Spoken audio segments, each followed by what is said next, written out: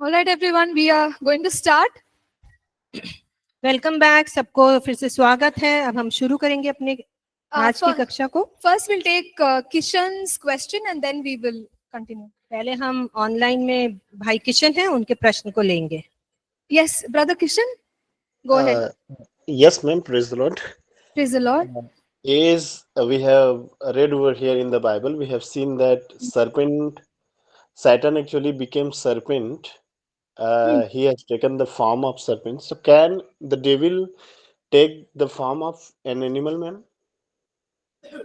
Yeah. Answer is yes. तो जो प्रश्न पूछा गया वो ये है कि हम वचन में देखते हैं कि शैतान ने सर्प का रूप धारण किया। तो प्रश्न ये है कि क्या शैतान अन्य जीव जंतुओं का भी रूप लेकर आ सकता है? तो उसका उत्तर है हाँ। Okay. See, even angels, they take form sometimes. कभी-कभी फरिश्ते भी क्या करते हैं?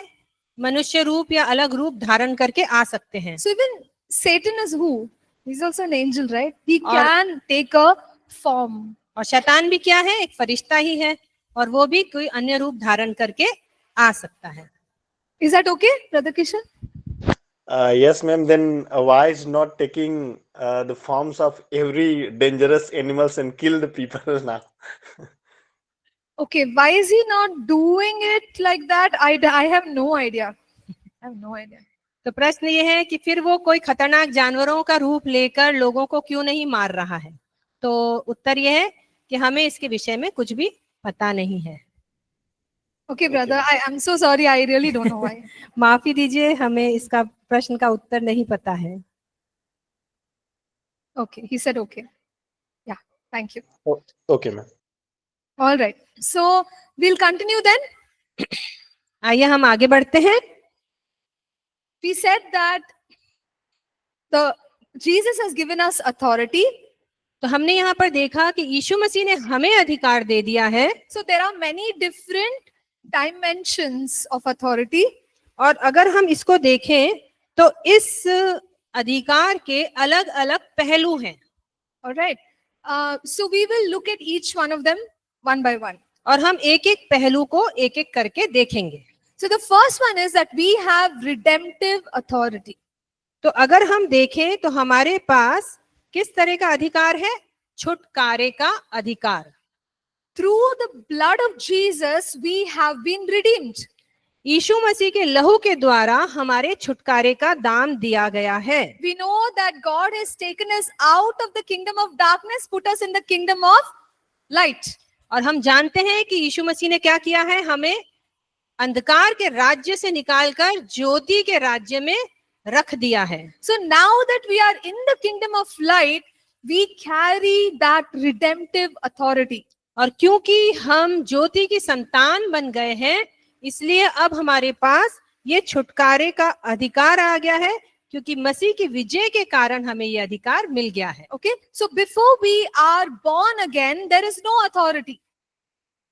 जब तक कि हमने मसीह में नया जन्म ना प्राप्त किया हो, तब तक हमारे पास ये अधिकार नहीं आता है। But when we are born again, we receive what is known as redemptive authority. जब हम यीशु मसीह में नया जन्म प्राप्त करते हैं, तब हमारे पास क्या आ जाता है?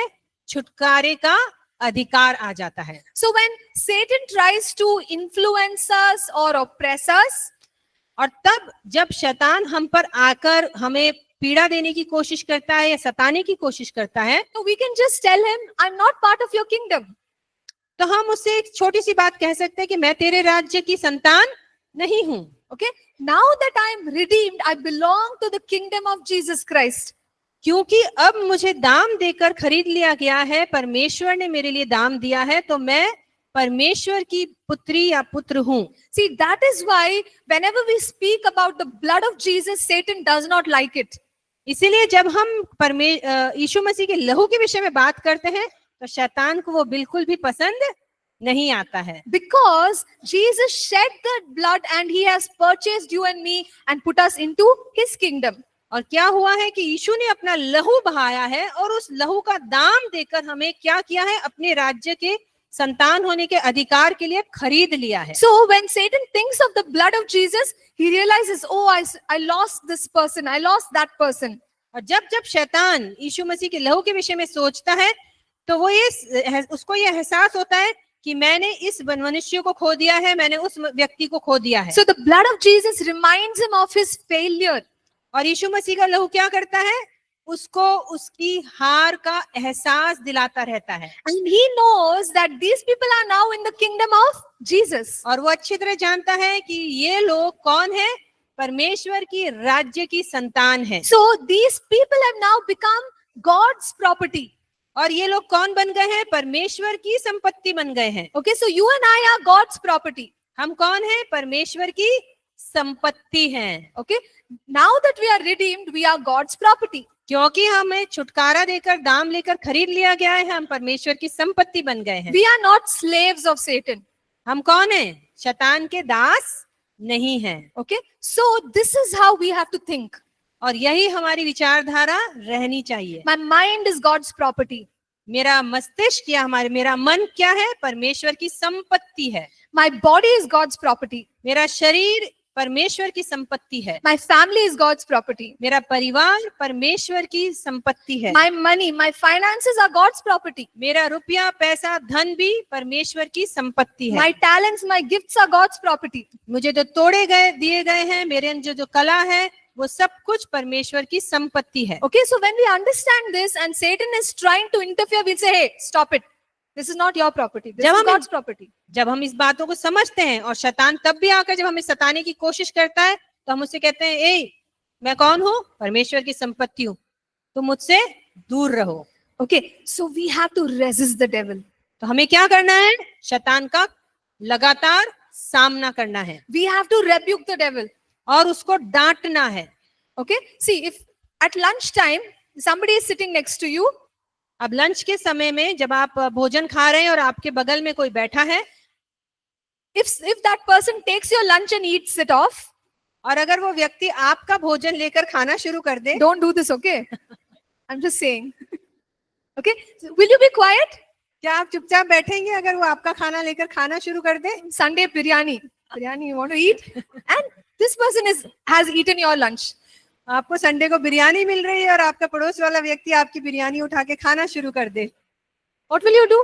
तब आप You will क्या say, करेंगे? okay, God bless you, brother, eat it. Will you do that? क्या आप ऐसे कहेंगे, प्रभु आपको आशीषित करे भाई, आपने अच्छा काम किया? और खाओ. Will you do that? No, right? You get so angry. आपको कितना गुस्सा आएगा, आप उसको ये नहीं कहेंगे हाँ भाई खा ले। हाँ. Now when Satan is interfering in our lives, we are happy. हाँ, okay, do whatever you want to do. लेकिन इसके विपरीत जब शैतान हमारे जीवन में पीड़ा लेके आता है तो हम क्या करते हैं? कोई बात नहीं, मैं तो खुश हूँ। No, we have to get angry. लेकिन हमें करना क्या है?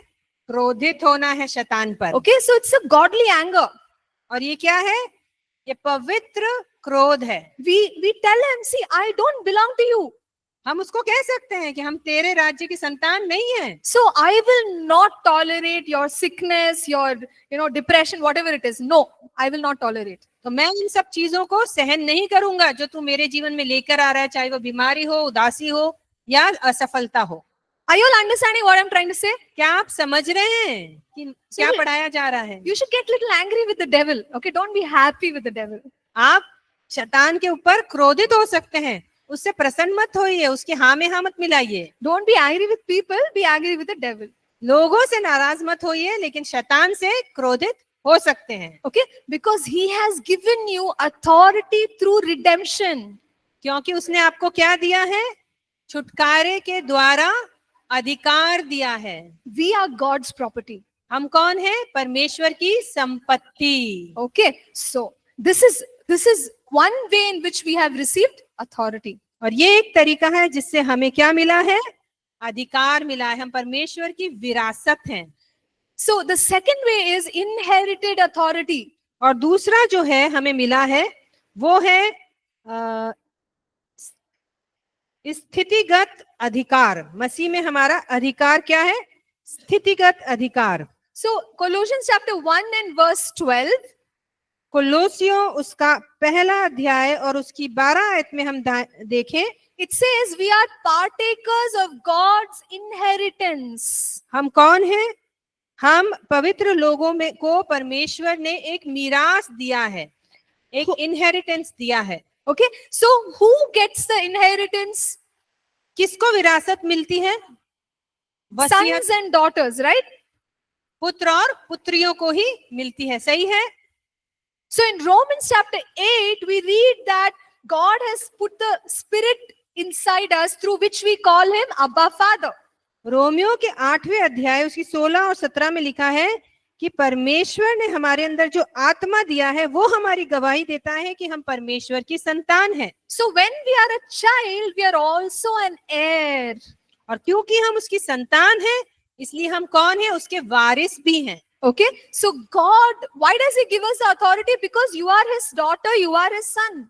और इसने आपको अधिकार क्यों दिया है? क्योंकि आप उसकी संतान हैं, आप उसके पुत्र हैं, आप उसकी पुत्री हैं, बेटा और बेटी हैं। So when Satan asks us, who are you? We can say, hey, I am a child of God. अगर शैतान आपसे सवाल पूछता है कि तुम कौन हो, तो हम कह सकते हैं कि मैं परमेश्वर के पुत्र या पुत्री हूँ। So if I am a child of God, I am an heir of God. और क्योंकि मैं उसकी संतान हूँ, इसलिए मैं उसकी वारिस भी हूँ। And I can use my authority against you. और इसीलिए मैं अपना अधिकार तुम्हारे विरोध में इस्तेमाल कर सकती हूँ। Okay, so we have inherited authority. तो इसलिए हमारे पास क्या है? विरासत में हमें जो मिला है अधिकार, वो हमारा है। We also have what is called as positional authority. हाँ, ये है स्थितिगत अधिकार, positional. You remember in the last session we said that we are seated with Christ in the heavenly places. अभी हम पिछली कक्षा में ये सीखा कि हमें क्या मिला है?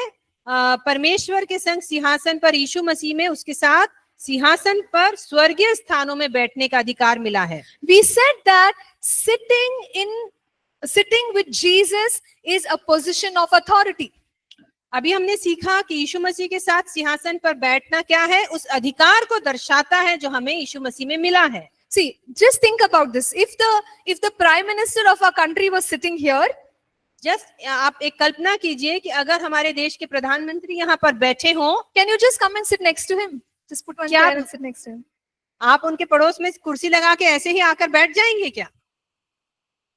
बिल्कुल नहीं। If you are a member of parliament or something, maybe you have the authority, you can put a chair and sit. हो सकता है कि यदि आप भी पार्लियामेंट के एक मेंबर हैं, तो हो सकता है कि आप उनके पड़ोस में कुर्सी लगा के आराम से बैठ सकते हैं। But without authority, he will ask you, who are you? लेकिन अगर आपके पास कोई अधिकार नहीं है, कोई आपके पास वो स्थिति नहीं है, तो आप वहां पर आकर नहीं बैठ सकते हैं। Right? So when we carry authority, that's when we can sit with somebody who has authority. तो जब हमें अधिकार मिला है, तो हम उस अधिकार का इस्तेमाल करके वहां पर बैठ सकते हैं। Okay, now think about this. Jesus has invited you and me to sit next to him. अब आप एक क्षण के लिए ये कल्पना कीजिए कि यीशु मसीह ने आपको क्या किया है? आमंत्रित किया है कि आप उसके साथ आकर उसके पास में बैठें। Okay, greater than any ruler of the world. पूरे संसार के जितने राजा महाराजा हुए, उनसे भी बढ़कर यह अधिकार किसे दिया गया है? आपको दिया गया है। So the scripture says we are seated with Christ in the heavenly places. और हम देखते हैं कि हमें वचन बताता है कि हम यीशु मसीह के साथ स्वर्गीय स्थानों में बैठने का अधिकार पाए हुए लोग हैं। Does it say we will get that opportunity later? क्या इस प्रकार से लिखा हुआ है कि बाद में कभी हमें यह अधिकार मिलेगा? What does it say? अभी क्या कह रहा है वो? You are seated. अभी ही आपको बिठाया गया है, बाद के लिए नहीं लिखा है। Okay, so let me ask you this question. Where are you seated? तो अब मैं एक प्रश्न पूछती हूँ, आप कहाँ बैठे हुए हैं? APC Bible College, right? APC Bible college में बैठे हुए हैं? Yeah, कहाँ बैठे हुए हैं? physically yes, but spiritually where are you seated? शारीरिक रीति से आप एपीसी बाइबल कॉलेज में है, लेकिन आत्मिक रीति से आप स्वर्गीय स्थानों में यीशु मसीह के साथ बैठे हुए हैं। Okay, so our seat is over there in heaven. तो हमारी जो कुर्सी है वो कहाँ है? स्वर्ग में है। So don't go off in your mind to Swarg, okay? Listen to what we are saying over here. तो आप अपने मन में कल्पनाओं में स्वर्ग मत पहुंच जाना, यहीं पर सुनना अभी आगे की बातें। So what is the meaning of sitting with Jesus? तो इसका मतलब क्या है कि आपको यीशु मसीह के साथ स्वर्गीय स्थानों में बिठाया गया है? Great authority. ये है ऊंचा पद आपको दिया गया, बड़ा अधिकार आपको मिला है। So can you just look at your neighbor and say, see, Jesus has given you great authority. तो क्या आप अपने पड़ोसी को कह सकते हैं कि यीशु मसीह ने आपको बहुत बड़ा अधिकार दिया है? If they are not agreeing, shake them and tell them Jesus has given you great authority. अगर वो आपकी ओर नहीं देख रहे हैं तो आप उन्हें हिला के बता सकते हैं कि यीशु मसीह ने आपको बड़ा अधिकार दिया है। Okay? Okay. Good. So from today, we don't want you to forget this. Don't ever forget this. तो आज आप जो सीख रहे हैं वो कभी भी जीवन में उसको भूलना मत। Okay? We have authority. कि हमारे पास अधिकार है। Okay? We are seated with Christ in the heavenly places. हम कहाँ हैं? यीशु मसीह के साथ स्वर्गीय स्थानों में बैठाए हुए हैं। Okay. So here is the next dimension of authority. It is called delegated authority. और जो अगला पहलू है जो हम यहाँ पर देख रहे हैं वो क्या है? प्रत्यायोजित अधिकार, यानी मसीह के प्रतिनिधियों के रूप में दिया हुआ अधिकार। मैं मसीह का प्रतिनिधित्व कर रही हूं, मैं I am representing God. Okay. So this simply means that Jesus has commissioned his disciples to go and destroy the works of the devil. तो यीशु मसीह ने अपने चेलों को नियुक्त किया है कि वो जाएं और शैतान के कामों को नष्ट करें। So in Matthew chapter 16 verses 17 and 18, we see the scripture says, in my name you will cast out demons, and do many other things. और मरकुस 16 उसके 17 और 18 में लिखा है कि यीशु मसीह अपने चेलों से कहता है, मेरे नाम से तुम दुष्ट आत्माओं को निकालोगे और रोगियों को चंगा करोगे। You remember we saw in Luke 10:19, he said, okay, you go crush the enemy and nothing will harm you. जैसा कि अभी हमने देखा लूक 10 के 19 में यीशु मसीह ने अपने चेलों से कहा कि तुम जाओ और सांपों और बिच्छुओं को अपने पैरों तले रौंदो और तुम्हारी कोई भी हानि ना होगी। So what is the meaning of delegated authority? तो अगर हम यहाँ पर देखें तो इसका मतलब क्या है कि हमें प्रत्यायोजित अधिकार मिला है। See, the authority is released by a representative and not by the main person. तो ये जो हमें अधिकार दिया गया है, ये हमें इसलिए दिया गया है कि हम यीशु के स्थान पर जाकर कार्य करें। Okay? So, it is like in the bank, only we have to sign for our bank account, right? Yes or no? अगर हम बैंक में जाएं तो केवल हमारा ही हस्ताक्षर बैंक में चलेगा, कुछ भी काम अगर हमें बैंक में है तो। So if I go to Avni's bank and I say, oh, give all the money, Avni's money to me, is it possible? Will they give it to me? अगर कोई मेरे बैंक में आके, मैम मेरे bank में आकर मेरा सारा पैसा उनसे मांगेगी कि सारा पैसा अवनी का मुझे दे दो, क्या वो दे देंगे? No, because only her signature is required. क्यों? क्योंकि वहां पर सिर्फ मेरा ही हस्ताक्षर कार्य करेगा। But there is a provision, लेकिन वहां पर एक और ऐसा प्रयोजन है, where let's say, Avni is traveling, but she wants me to withdraw some money. She can give me something called as power of attorney. तो अगर मैं यात्रा कर रही हूं और मैं पैसा देना चाहती हूं तो वहां पर एक प्रयोजन ये है कि मैं पावर ऑफ अटॉर्नी, यानी कि मैं वो अधिकार अपनी ओर से मैम को दे सकती हूँ कि वो जाकर मेरी जगह पर पैसा निकाल सकती हैं। So she will give me a letter. तो वहां पर एक पत्र मैं उनको लिख कर दूंगी, That is called as power of attorney. और वही होता है power of attorney. So when I go to the bank, they will see the letter and they will understand Avni has sent me.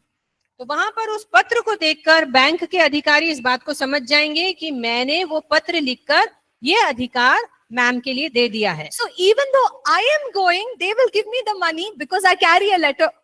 और इसीलिए उनको पैसा देना पड़ेगा क्योंकि उनके हाथ में क्या है? एक पत्र है। Okay, are you all understanding? Okay, so now let's see how this applies in the spiritual sense. तो अब हम इसे आत्मिक रीति से ये कैसे जुड़ा हुआ है इस बात को समझेंगे। See, Jesus has sent his disciples and said, "Go in my name." यीशु मसीह ने अपने जब चेलों को भेजा तो उनसे क्या बोला? मेरे नाम से जाओ। So when we are carrying the name of Jesus, it's like that letter.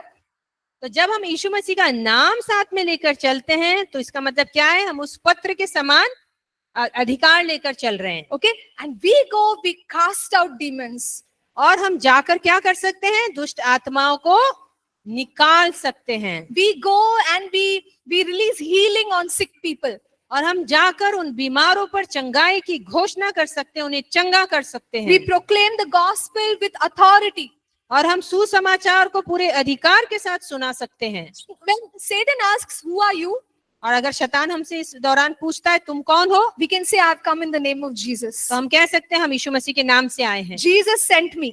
यीशु मसीह ने हमें भेजा है। Right? So even though Jesus is not on the earth now, अगर हम आज देखें तो यीशु मसीह पृथ्वी पर नहीं है, but when you and I command a demon to come out, लेकिन जब हम किसी दुष्ट आत्मा को बाहर निकलने की आज्ञा देते हैं, it's as if Jesus is commanding that demon to come out. तो ये किसके समान है? जैसे कि यीशु मसीह खुद उस दुष्ट आत्मा को निकलने की आज्ञा दे रहे हैं। Why? Because you're commanding in the name of Jesus. ऐसा क्यों है? क्योंकि आप क्या कर रहे हैं? यीशु मसीह के नाम से उस दुष्ट आत्मा को आज्ञा दे रहे हैं। Are you understanding what I'm trying to say? क्या आपको समझ आ रहा है यहाँ पे क्या सिखाया जा रहा है? Jesus gave us that kind of authority. यीशु मसीह ने हमें उस तरह का अधिकार दिया है। So when he told us to go into the world, अगर हम यीशु मसीह ने हमें कहा है कि तुम संसार में जाओ, but he gave us authority and sent us. और अगर उसने हमें अधिकार दिया है तब हमें भेजा है संसार के अंदर। Okay? So when we are doing God's work, we have to remember that we are doing it in the name of Jesus and we have delegated authority. तो जब हम परमेश्वर का कार्य कर रहे हैं तो हमें इस बात को बहुत अच्छी तरह याद रखना है कि हम यीशु मसीह के नाम से इस काम को कर रहे हैं और ये अधिकार हमें यीशु मसीह की ओर से दिया गया है, तब Okay. हम ये कर पाएंगे। Yeah. So Jesus has given every single one of us authority to do his miraculous works. तो हमें ये याद रखना है कि हम में से हर एक को यीशु मसीह ने इन अलौकिक बातों को, चमत्कारों को करने का अधिकार दिया है। So don't tolerate any work of Satan. इसलिए आपको दुष्ट के किसी भी उत्पीड़न को सहना कोई मजबूरी नहीं है। Yeah. We have to take our authority and we have to throw him out. और हमें क्या करना है?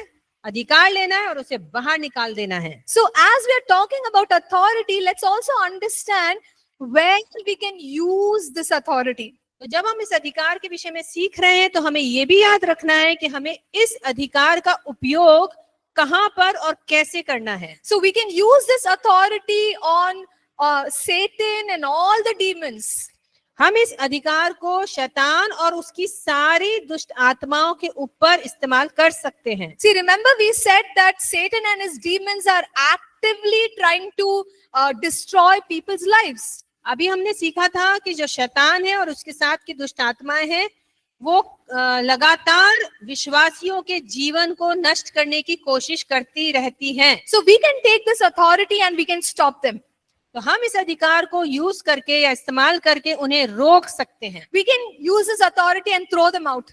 हम इस अधिकार को इस्तेमाल करके उन्हें बाहर फेंक सकते हैं। Whenever we see any work of Satan, जब भी हम इस प्रकार का शैतान का कार्य कहीं पर होते हुए देखते हैं, we should do we should bring God's deliverance. तब हमें वहां पर परमेश्वर के छुटकारे को बुलाना है, मांगना है। Okay, that's what Jesus is expecting from you and me. और यही कार्य कौन कर रहा है? यीशु मसीह हमसे अपेक्षा कर रहा है। वो चाहता है कि हम उसके नाम से इस काम को पृथ्वी पर करें। 1 John 3:8 says that Jesus came to destroy the works of the devil. अगर हम पहला यूहन्ना 3:8 में देखेंगे तो वहां लिखा हुआ है यीशु मसीह शैतान के कामों को नष्ट करने के लिए आया। Acts 10:38 shows us that sickness and disease is an oppression of the devil. और अगर हम प्रेरितों के काम 10:38 देखें तो वहां पर है कि यीशु मसीह शैतान के बंधनों को खोलने के लिए आया। And sometimes demons can cause disturbance, opposition, all of that we must destroy. और कभी कभी हम बहुत सारा विरोध देखते हैं, बहुत सारा उत्पीड़न देखते हैं, उस सब के विरोध में हमें खड़ा होना है। Sometimes we see that, people around us are facing difficulty due to demonic works. और कभी कभी हम अपने आसपास के लोगों को भी देखते हैं कि वो शैतान के कार्यों के कारण बहुत परेशान हैं और सताए जा रहे हैं। So we can bring deliverance in their lives. तो हम उनके लिए भी छुटकारे के लिए उनकी मदद कर सकते हैं और उनको छुटकारे के लिए यीशु मसीह से मांग सकते हैं। See, sometimes God will use us to bring deliverance in larger systems in the world. कभी कभी परमेश्वर हमें छुटकारे के लिए बहुत बड़े बड़े लोगों के बीच में या बहुत बड़े झुंडों के बीच में भी इस्तेमाल कर सकता है। When Paul went and he preached, there were entire cities that got delivered. जब पौलुस ने जाकर प्रचार किया तो वहां पर पूरे शहर के शहर उन्होंने छुटकारा पाया। See, we can use our authority against any kind of wrong teaching. और हम अपने इस अधिकार को गलत शिक्षा, झूठी शिक्षाओं के विरोध में भी इस्तेमाल कर सकते हैं। We see that, through wrong teaching, people create cults. और क्या होता है कि गलत शिक्षाओं के, झूठी शिक्षाओं के कारण क्या आ जाते हैं? कल्ट्स आ जाते हैं। नहीं, कल्ट एक I'll just check now. Yes.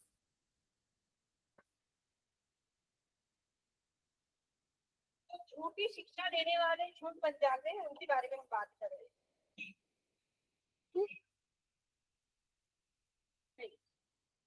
Something it's saying like this.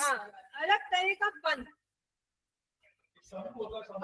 एक ऐसा झुंड बन जाता है जो अलग पंथ पे चलने लगता है और उस पंथ की शिक्षाएं वचन पर आधारित नहीं होती हैं, झूठी शिक्षाओं पर। वो किसी एक चीज को संदर्भ से बाहर लेकर, आउट ऑफ कॉन्टेक्स्ट लेकर, और उसके ऊपर अपनी पूरी थियोलॉजी बना लेते हैं और फिर वो झुंड उनके साथ मिल जाता है और वो झूठी शिक्षाओं में ही आगे बढ़ते जाते हैं। अभी समझ में आया आपको? Yeah, Yes. yeah. So when we hear teachings like this also, we can take authority. तो अगर इस तरह की शिक्षाएं आपके पास कोई लेकर आ रहा है, तब उसके ऊपर भी आप अपने अधिकार का इस्तेमाल कर सकते हैं। Even if you preach the truth of God's word, you're already destroying. You understood?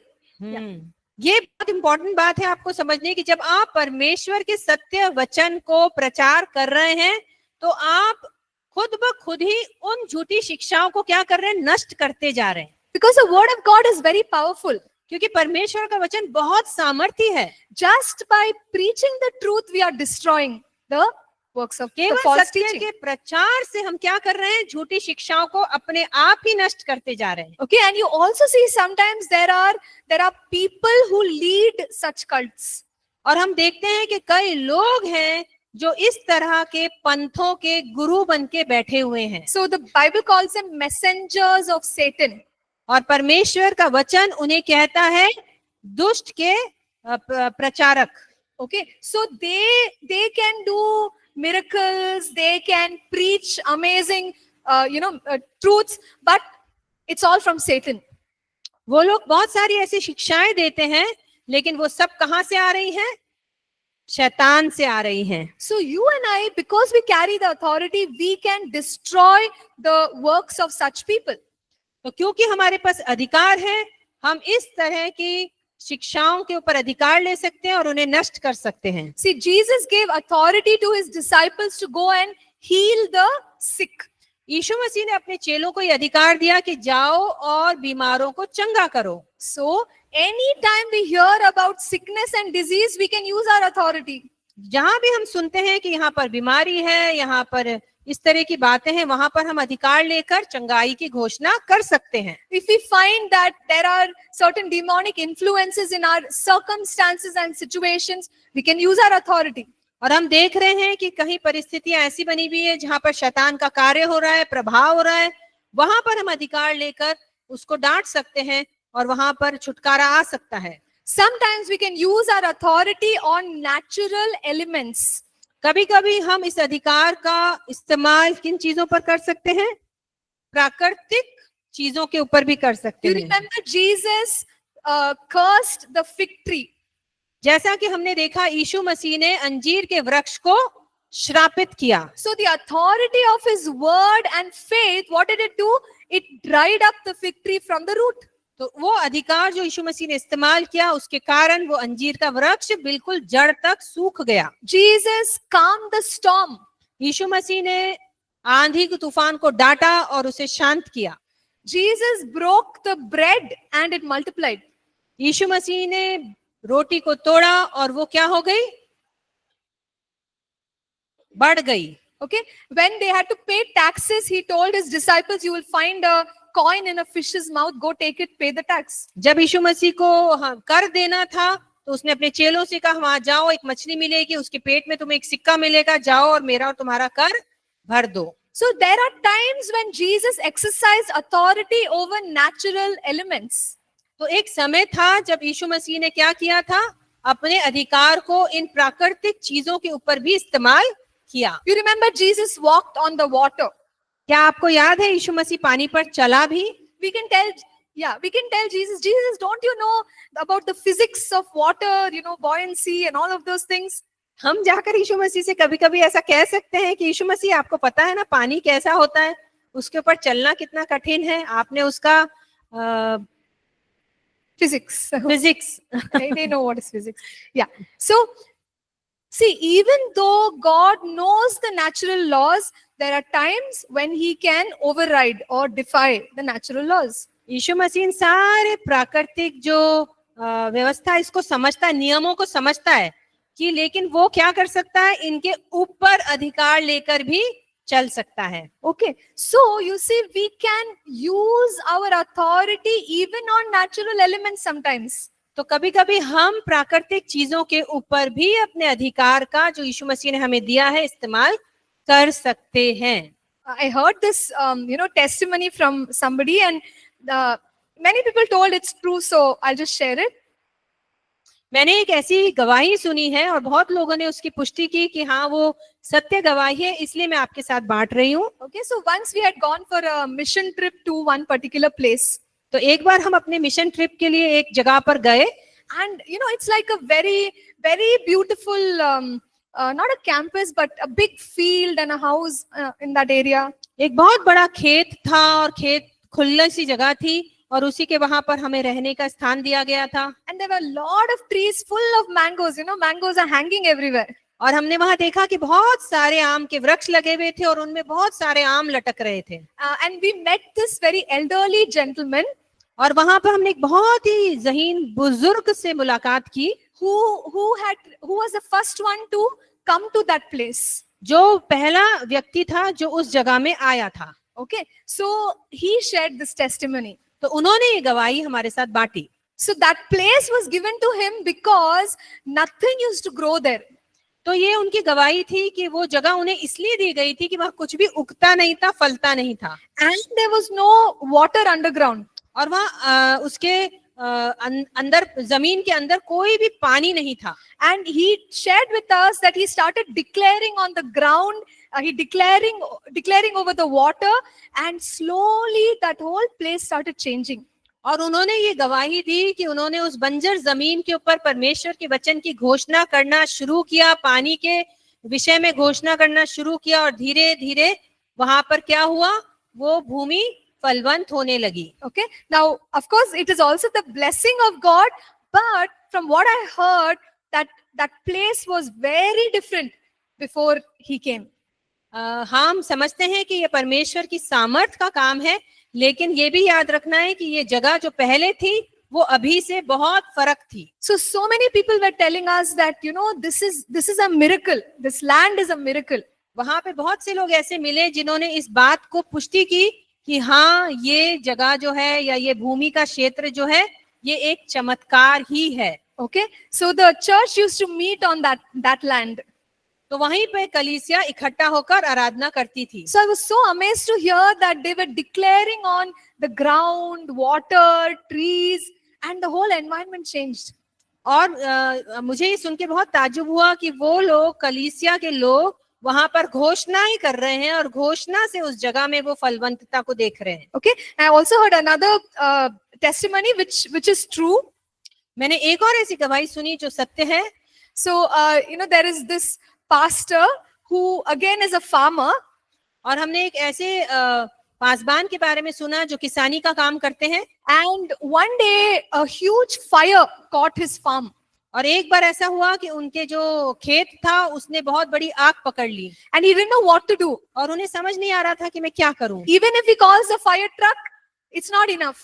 अगर वो फायर वाले व्हीकल वाहन को भी बुलाते तो वो कहते हैं कि वो उनके लिए काफी नहीं पड़ता। So he started commanding the clouds.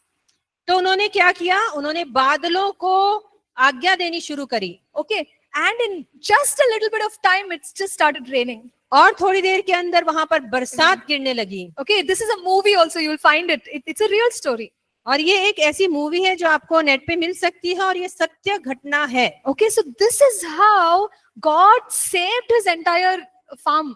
और इस प्रकार से परमेश्वर ने उनके पूरे खेत को बचा लिया। So there are times when God may call us to command natural elements. और इस प्रकार से परमेश्वर हमें कभी कभी प्राकृतिक चीजों के ऊपर आज्ञा देने के लिए भी इस्तेमाल कर सकते हैं। Notice I said sometimes. आप याद रखें कि मैंने कहा कभी कभी। Okay. Now we can't go and command in our house that, oh, you become clean on your own. Clothes you fold yourself. Right? Can we do that? तो इसका मतलब ये नहीं है कि आप अपने घर में जाएं, अपने अधिकार को इस तरह से इस्तेमाल करें कि मेरा घर अपने आप साफ हो जाए, मेरे कपड़े अपने आप से तय हो जाएं। We can tell ये नहीं काम God, करेगा। God send 2 angels to help me in the cleaning, Lord. और कभी कभी आप ऐसी भी प्रार्थना कर सकते हैं कि प्रभु 2 स्वर्गदूतों को भेज दीजिए जो मेरी मदद करे घर को समेटने में। Right? God will be like, that's not what the authority is given for. तो परमेश्वर आपसे कहेगा मैंने तुम्हें अधिकार इन चीजों के लिए नहीं दिया है। See, there's this joke, right? Like when Jesus broke the bread, it multiplied. तो ये एक तरह का एक चुटकुला है कि जब यीशु मसीह ने रोटी को तोड़ा तो वो बढ़ गई। Then Philip and Andrew could have said, oh, let's set up a bakery. See, Jesus can break the bread everywhere we go. तो Let's हम have a ऐसा bakery. सोच सकते हैं कि फिलिप और एंड्रू ने सोचा होगा क्यों ना हम एक बेकरी खोल लेते हैं जैसा यीशु मसीह ने यहाँ चमत्कार We किया। can make good money. Jesus, you keep breaking bread. We'll do business. यीशु मसीह को कहेंगे जाके आप रोटी तोड़ते रहिए, हम बेकरी में बेच बेच के पैसा बनाएंगे। See, but Jesus did not do that every day. पर यीशु मसीह ने वो हर बार ऐसा रोजमर्रा में नहीं किया। So there are specific times when the Holy Spirit will say, okay, you command now. तो ऐसा ऐसा एक खास समय होगा जब पवित्र आत्मा आपको ये अगुवाई देगा, ऐसा आपको करना है। Okay, only then you should do it. तभी आपको ये अधिकार का इस्तेमाल See, करना I है। can't go to the swimming pool and say, I am going to walk on water. Jesus walked on water. हमें ऐसा नहीं है कि मैं स्विमिंग पूल पे जाऊं और मैं कहूं यीशु मसीह पानी पे चला था तो आज मैं भी पानी पे चलती हूँ। What will happen? तो क्या होगा? Right? Somebody has to come and pick me up out of that water. किसी ना किसी को आकर मुझे उससे बाहर निकालना पड़ेगा। So, God may not do the same miracle again and again. तो परमेश्वर हर बार उसी चमत्कार को दोहराएगा नहीं। So, don't try to copy. तो इसलिए आप नकल ना करें। But there are times when we can command and those things happen. तो ऐसा समय होगा जब हम आज्ञा देंगे और वो कार्य हो जाएगा। Okay? So, everyone understood? क्या सभी को समझ आया? All right. So, we'll close little early today. तो आज हम थोड़ा सा जल्दी बंद करेंगे। So, if there's any questions you can ask, maybe I'll give you a little bit of time. अगर आपके पास प्रश्न है तो अभी आप पूछ सकते हैं। हमारे पास जो समय हम आपको देने के लिए तैयार हैं। Yeah, just ask. I think in our faith textbook there is an example of these preachers or someone Okay, everyone, please listen. When somebody is asking शांत हो questions, जाइए please listen. प्लीज। हाँ, cross the river and preach on the other side. yeah, Like great things, but they declared the word and all 4 of them died. yeah, yeah. So how do we know like when they went for a good purpose, not like just for anything? How do we know when we can use that authority and when we should not? Okay, okay. तो यहाँ पर एक प्रश्न आया है कि कुछ लोग थे, उनको नदी के पार जाके वचन सुनाना था और नदी में वो जब गए तो वो लोग डूब गए। तो वो नहीं काम, वो जा रहे तो अच्छे काम के लिए थे लेकिन वो बचे नहीं। तो हमें कब समझना है और कैसे समझना है कि हमें कहाँ पर अधिकार का इस्तेमाल करना है और किस समय नहीं करना है। Okay, so this is based on our ability to hear from God. तो ये किस चीज पर आधारित है? कि हमने अपने आप को कितना सक्षम बनाया है कि हम परमेश्वर की आवाज को सफाई से सुन सकते हैं। So Holy Spirit will give you that sense or that feeling. Okay, now you command, then you do it. आपको पवित्र आत्मा इस बात के लिए पुष्टि करेगा कि अब आप इस चीज को अधिकार लेकर आज्ञा दे सकते हैं, आप तभी कीजिए। Okay, I'll tell you one funny story and please don't try this. Don't try this at home. मैं आपको एक बहुत ही अद्भुत एक मजाकिया कहानी बताने वाली हूँ और आप लोगों से निवेदन है आप उसका इस्तेमाल ना करें। Okay, so this is something I did. तो वो ऐसी कहानी है कि वो मैम ने खुद किया। So what I did is, one friend of mine, she had come home and she had an early morning train. तो मेरी एक दोस्त थी जो मेरे घर आई थी और उसकी बहुत सुबह जल्दी में उसको ट्रेन पकड़ना था। And this is Shatabdi. और ये शताब्दी है। It doesn't stop. It's very on time. If you come 1 minute late, train is gone. तो यहाँ पे क्या था कि ये शताब्दी जो होती है बिल्कुल सटीक समय पर चलती है और 1 मिनट भी आगे पीछे नहीं होती है और अगर आप लेट हो गए तो वो गाड़ी चली जाएगी। So this friend, she always used to come, always take the same train on time. और ये दोस्त थी मेरी अक्सर आती है और यही ट्रेन लेकर वापस जाती है। So that day we woke up very late. उस दिन हम उठने में थोड़ी देरी हो गई। So by the time she's leaving the house, we know that she will reach 10 minutes late. और जब वो हम घर से निकल रहे थे तभी हमको ये एहसास हो गया था कि हम 10 मिनट लेट वहां पहुंचने वाले हैं। I commanded the train. और मैंने क्या किया, उस ट्रेन को कमांड किया। Okay, so I don't know. I mean, you should not do this, right? I don't think it's right also. But that day, I really felt like, God, you have to stop the train, make it 10 minutes late. और उस दिन मैंने ये, हालांकि हमें नहीं करना चाहिए, लेकिन उस दिन मैंने हिम्मत करके ये आज्ञा दी कि वो जो ट्रेन है वो 10 मिनट लेट जाए। It is never late. और वो कभी लेट नहीं होती है। That day it was 10 minutes late. At that day, oh my God, I don't know how. I Praise really God. don't know how, but you know, praise God. yeah. उस दिन वो गाड़ी 10 मिनट लेट ही निकली। So please leave your house on time. That's the moral of the story. और इसीलिए आप अपने घर से समय से निकलिए और आप ध्यान रखिए कि आपको इसको दोहराना नहीं है। God was gracious to me. That's all. I don't think we are supposed to apply it in this context. Ma'am बोल रही है कि परमेश्वर का मुझ पर बहुत बड़ा अनुग्रह था इसलिए मैंने ये किया, लेकिन हमें इस तरह से कोशिश नहीं करनी चाहिए। Okay, but yeah, I realized it works. तब मैंने ये एहसास किया कि ये काम करता है। Yeah. Anything else to discuss, so we can close? क्या आप और कुछ बात करना चाहते हैं या हम बंद करें आज की कक्षा को?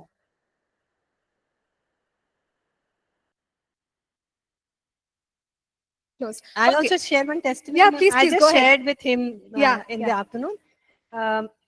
जब मैं बाइबल कॉलेज में पढ़ रही थी तो मैम हमें इसी के बारे में विषय में बता रही थी, अधिकार के विषय में, कि हम कमांड कर सकते हैं सिचुएशन को। तो मेरे को एक रिकॉर्डिंग करके संडे स्कूल के लिए भेजना था। और उस दिन मेरे घर के सामने एक पार्टी हो रही थी और पार्टी में लाउड स्पीकर चल रहा था और शाम को 5 बजे मुझे डेडलाइन थी कि मुझे भेजना है और वो पार्टी दिन में सुबह से ही शुरू हो गई। और मैंने उस दिन रखा था कि आज मैं सब काम खत्म करके शांति से अपनी रिकॉर्डिंग करके भेज दूंगी और जरूरी था भेजना। तभी मैम ने ये पढ़ाया था अधिकार लेना क्या होता है। तो उन्होंने जैसे ही लाउड स्पीकर चलाया, आधा घंटा हो गया, 1 घंटा हो गया, मैं जाऊं खिड़की में बालकनी में देखूं और वो लाउड स्पीकर की वजह से मैं रिकॉर्डिंग नहीं कर पा रही थी। तब मुझे याद आया मैम ने सिखाया अधिकार लेना है। मैं गई बालकनी में, मैंने कमांड किया कि जब तक मेरी रिकॉर्डिंग पूरी नहीं होती है ये लाउड स्पीकर अब नहीं बजेगा। मैं फटाफट अंदर गई, कैमरा सेट किया, मैंने अपनी रिकॉर्डिंग पूरी करी और जैसे ही मेरी रिकॉर्डिंग में मैंने खत्म किया, बटन बंद किया और वो तब शुरू हुआ। I shared this on the Yeah, you online shared it on. Yeah, praise God. So Yeah. So see, it's all about our faith. Okay, and be led by God and use your authority. इसलिए सब कुछ हम अपने अधिकार को जब समझेंगे और उसका इस्तेमाल करेंगे और परमेश्वर की अगुवाई में कीजिए, वो ज्यादा जरूरी है। All right. So let's close the class then. चलिए हम आज की कक्षा को बंद करते हैं। Who has a mic? किसके पास माइक रखा है? हाँ, आप प्रार्थना कीजिए, brother. You pray. You only pray. Let's close. आप हमारे लिए प्रार्थना कीजिए भाई। हालेलुया। धन्यवाद धन्यवाद धन्यवाद करते हैं पिता, सुंदर दिन सुंदर समय के लिए पिता मैं धन्यवाद करता हूँ कि तूने पिता प्रार्थना करने का अवसर दिया। पिता मैं प्रार्थना करता हूँ सुबह से अभी तक पिता सेशन में बैठने के लिए सहायता किया, उसके लिए धन्यवाद करते हैं। तेरी उपस्थिति के लिए धन्यवाद करते हैं पिता। मैं प्रार्थना करता हूँ मैम ने जो भी सिखाया पिता, मैं प्रार्थना करता हूँ उसको भूलने वाले नहीं वरन उसमें चलने वाले हो सके पिता। प्रार्थना करता हूँ पिता जब भोजन की ओर जाते हैं पिता, मैं प्रार्थना करता हूँ भोजन में तेरी आशीष को मांग लेता हूँ पिता। हर एक बातों के लिए तुझे धन्यवाद देते हुए छोटी सी विनती को मैं प्रभु यीशु मसीह के नाम से मांगता हूँ, सुन और दया से ग्रहण कर, आमीन। Amen. Amen. Thank you. Thank you so much. Thank you, everyone. God bless you.